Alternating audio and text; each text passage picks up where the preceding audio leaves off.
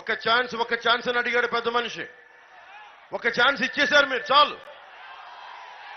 ఒక ఛాన్స్ ఇచ్చారు కదమ్మా, సరిపోద్దా లేదా? ఒక ఛాన్స్ ఇచ్చాను, సరిపోద్దా లేదా? జగన్కి ఒక ఛాన్స్ ఇచ్చాను, సరిపోద్దా లేదా?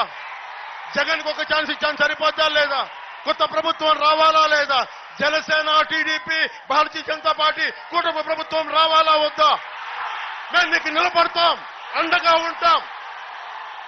ప్రతి కష్టానికి, ప్రతి చేతికి పని, ప్రతి చేతికి నీరు ఇచ్చే బాధ్యత జనసేన, టీడీపీ, భారతీయ జనతా పార్టీ కూటమి ప్రభుత్వం తీసుకుంటుంది.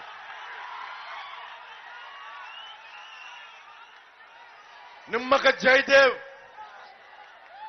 నిమ్మక జయకృష్ణ గారు వాళ్ళ నాన్నగారు 4 సార్లు ఎమ్మెల్యేగా చేశారు. తాతగారు నిమ్మక జయకృష్ణ గారు నాన్నగారు నిమ్మక గోపాలరావు గారు 4 సార్లు ఎమ్మెల్యేగా చేశారు. గోపాలరావు గారు 2 సార్లు ఎంపీగా చేశారు.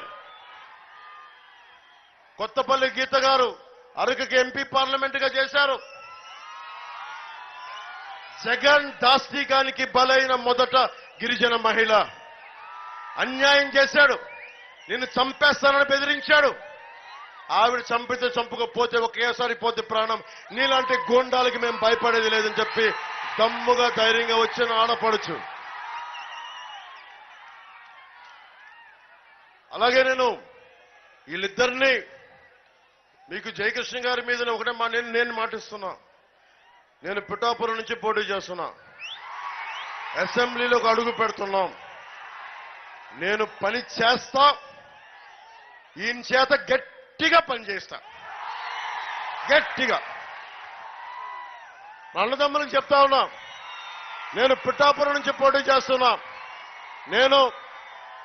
నేను పని చేస్తా. నిమ్మక జయకృష్ణ ద్వారా గట్టిగా పనిచేస్తా. గట్టిగా పనిచేస్తాను. గట్టిగా పనిచేస్తారు కదా, చెప్పండి ఒకసారి. గట్టిగా పనిచేస్తాను. పవన్ కళ్యాణ్ గారి ఆధ్వర్యంలో గట్టిగా పనిచేస్తానండి. ఆయన నమ్మకాన్ని వమ్ము చేయనండి, తప్పకుండా పనిచేస్తాను. ఇరిగేషన్ ప్రాజెక్టులు చేస్తాను. అన్ని కూడా పాలకొండ నియోజకవర్గానికి యువత కూడా ఉపాధి అవకాశాలు కూడా కల్పిస్తానండి. పవన్ కళ్యాణ్ గారి ఆధ్వర్యంలో అన్ని కూడా చేస్తానని, ఆడబిడ్డలకి భద్రత కూడా కల్పిస్తానండి. పవన్ కళ్యాణ్ గారి ఆధ్వర్యంలో ఖచ్చితంగా ఆయన నమ్మకాన్ని ఎప్పుడు కూడా వమ్ము చేయకుండా పాలకొండ నియోజకవర్గాన్ని ఆయన యొక్క ఆశీస్సులతో అభివృద్ధి పదంలో నడిపిస్తానని ఆయన సమక్షంలో మీ అందరికీ నేను మాటిస్తున్నానండి. పాలకొండని పాలకొండ కాదు, బంగారు కొండ చేసుకుంటాం మనం. సో మా అందరికీ ధన్యవాదాలు తెలుపుకుంటూ, ముఖ్యంగా మా జనసేన నాయకులకి ప్రతి ఒక్కరికి పేరు పేరున ధన్యవాదాలు తెలుపుకుంటూ, పాపం భూదేవి గారికి, భూదేవమ్మ గారికి మనస్ఫూర్తిగా నాకు త్యాగం చేసినందుకు ఆవిడ కృతజ్ఞతలు తెలియజేసుకుంటూ, ప్రతి ఒక్కరికి ధన్యవాదాలు తెలుపుకుంటూ, మీరు జగన్ని అమ్మా తండ్రి లేని బిడ్డనమ్మా నేను, జగన్ ఏమన్నాడు వచ్చి నేను తండ్రి లేని బిడ్డనమ్మా. జగన్ వచ్చి ఏమన్నాడు, నేను తండ్రి లేని బిడ్డనమ్మా, ఒక్క ఛాన్స్ అన్నాడు. మీరు ఒక్క ఛాన్స్ ఇచ్చేశారు.